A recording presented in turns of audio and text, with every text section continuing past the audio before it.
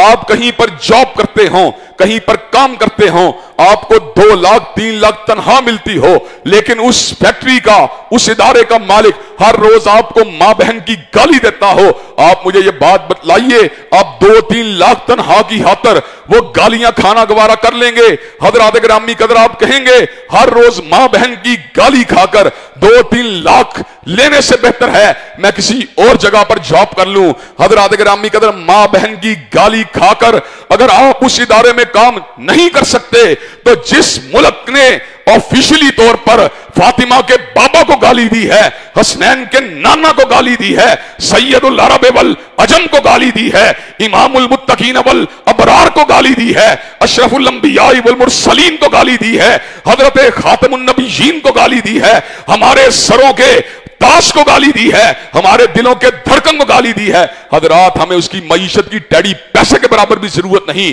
ہم اس کے پیسے پہ تھوکتے ہیں, ہمیں اس کا پیسہ نہیں چاہیے. حضرات گرامی قدر, علامہ اقبال نے بجا طور پہ کہا تھا, اس رزق سے موت اچھی جس رزق سے آتی ہو پرواز میں کوتاہی,